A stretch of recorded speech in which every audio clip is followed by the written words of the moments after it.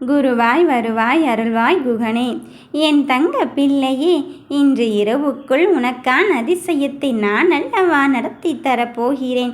நீ எதை இழந்துவிட்டேன் என்று நினைத்தாயோ, அந்த இழந்ததை மீட்டெடுக்க தயாராகிவிட்டேன்.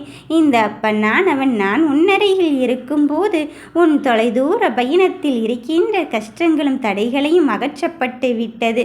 உன் வினைகளே என் வேளால் அங்கு தட்டி எறியப்பட்டு விட்டு எந்த தடங்கள் உன் வாழ்க்கையை அங்கு சீரழித்து கொண்டிருந்ததோ, அந்த தடங்களை தாண்டி நீ ஜெயிப்பதற்கான கட்டத்தை எட்டி விட்டாய். இதனால் வரையிலும் அந்த கட்டம் சரியில்லை, இந்த கட்டம் சரியில்லை என்று உன் கால நிலையை தாண்டி நீ ஜாதகத்தை மட்டுமே கையில் பிடித்து கொண்டிருந்தாய். இந்த ஜாதகமே சரியில்லாத போது இந்த அப்பன் முருகனால் அவன் அதை சரி பண்ணி விடுவானோ என்று சிந்திக்காதே. என் பிள்ளையே, நான் கொடுத்த வாக்கு கொடுத்ததுதான். என் பிள்ளைகளை காப்பாற்ற நான் வருவேன் என்று நினைத்து விட்டால் அதிலிருந்து மாற்று கருத்தே கிடையாது. நடப்பது எந்த தருணமாக இருந்தாலும் சரி, நீ அப்பா என்று மட்டும் என்னை அழைத்து பார், முருகா என்று மட்டும் சொல்லிப்பார். என் பெயர் கொண்ட ஒருவரோ, என் ஊர் கொண்ட ஒருவரோ உனக்கான விஷயத்தில் உதவி செய்வதற்காகத்தான் வந்து கொண்டு இருப்பார்.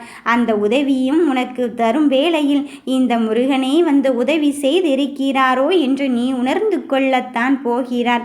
ஏதோ ஒரு ரூபத்தில் உனக்கான வழிகளை உனக்கு முன்னால் நான் வழிநடத்தி கொண்டு இருக்கும் பொழுது உனக்கு நான் தடைகளை ஏற்படுத்த சம்மதிக்க போவதே கிடையாது. நீ பாரம் என்று நினைக்கும் விஷயத்தில் கூட இவ்வளவு எளிதாக இது எப்படி என்னால் சாத்தியமானது என்று சொல்லுகின்ற அளவுக்கு இந்த முருகன் லீலைகளை உனக்கு காண்பித்து உனக்கு வேண்டியதை வேண்டியவாறே கொடுப்பதற்கு நான் வந்து இருக்கும்போது நீ மனம் தளராதே. என் தங்க பிள்ளையே, உனக்கு ஒவ்வொரு வேளையிலும் யாருமே இல்லை என்று உன் தனிமையின் போராட்டத்தை நினைத்து நீ வருத்தப்பட்டு கொண்டு இருந்தாய். இந்த தனிமையின் போராட்டம் இன்றோடு முடிவுக்கு வரப்போகிறது.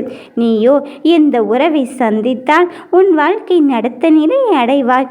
என் வாழ்க்கை முன்னேற்றம் அதிலிருந்து தான் அப்பனே முருகனே எனக்கு ஆரம்பிக்க போகிறது என்று நினைத்தாயோ, அவர்களை சந்தித்து உனக்கான உதவிகளையும் பெறுகின்ற நேரத்தை நெருங்கிவிட்டாய். எல்லாம் நல்லதுக்கும் நன்மையை நடத்தி தருவதற்கும் தான் இப்படியெல்லாம் நடந்து கொண்டு இருக்கின்றது என்று நினைக்கிறாய் என்று நான் நம்பு என்று சொல்கிறேன் என் பிள்ளையே. ஆனால் நீ சொல்வது என்ன? எப்படியப்பா நம்புவது? காலத்தின் பின்னாலும் கோலத்தின் பின்னாலும் நான் ஓடோடி கொண்டு இருக்கின்றேன். எப்படி எப்பொழுது எது நடக்கும் என்று தெரியாமல் அல்லவா நான் இங்கு சீரழிந்து சின்னா பின்னமான வாழ்க்கையை வாழ்ந்து கொண்டு இருக்கின்றேன். ஒரு கட்டம் வரை நான் எப்படி இருந்தேன், இப்பொழுது நான் எந்த நிலையில் இருக்கின்றேன்? இன்னுமா நான் உன்னை கையெடுத்து கும்பிடுவது உன் கண்களுக்கு புலம்படவில்லை?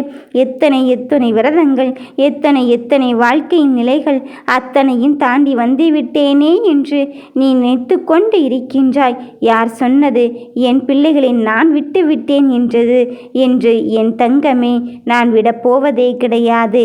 என்னை நம்பிக்கை வருகின்ற இந்த தருணத்திலே உன் வாழ்க்கைக்கு தேவையான தருணத்தில் சொல்லிக் கொடுப்பதற்கு வந்து இருக்கும் பொழுது நீ எதற்குமே மனமருந்தவே வேண்டாம். நடப்பது ஒன்றும் நடக்கப் போவதும் என்றும் நீ மன குமுறல்களை நினைத்தலாதே. எல்லா நிலையையும் உனக்கு வேண்டியதை வேண்டியவாறே கொடுப்பதற்கு இந்த முருகன் அப்பனான் அவன் வந்து இருக்கும் பொழுது எது நடந்தாலும் அதில் உன் கேள்விகளுக்கு பதில் கிடைத்து கொண்டேதான் இருக்கும் என்பதை நீ உணர்ந்து கொள்.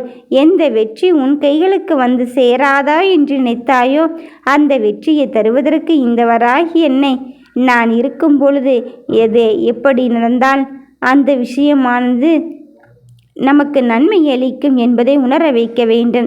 என் பிள்ளையே, நினைத்ததை விட அங்கு பல மடங்கு உயர்வான தன்னம்பிக்கையை பெறுகின்ற நேரத்தை நீ நெருங்கிவிட்டாய். இன்றுக்குள் உனக்கான என்ன அதிசயங்களை நடத்தி தர முடியுமோ அத்தனையும் நடத்தி தந்து உன் வாழ்க்கையை பூரணமாக்க நான் வந்து இருக்கும் பொழுது நீ மகிழ்வோடும் மகிழ்ச்சியான தருணத்தோடும் என்னை ஏற்றுக்கொள் என்றுதான் சொல்கிறேன். உன்னை இப்படியே வைக்கப் போவதிலும் எனக்கு ஈடுபாடு கிடையாது. இப்படியே உன்னை நான் இந்த நிலைமையே விட்டு விடுவேனோ என்றும் யோசிக்காதே. இந்த நிலைமையை சற்று இந்த நேரத்திலே மாற்றி உனக்கு வேண்டியதை வேண்டியவாறே கொடுக்கப் போகிறேன். நம்பிக்கையோடு இரு, நல்லதாக நடக்கும். ஓம் முருகா போற்றி.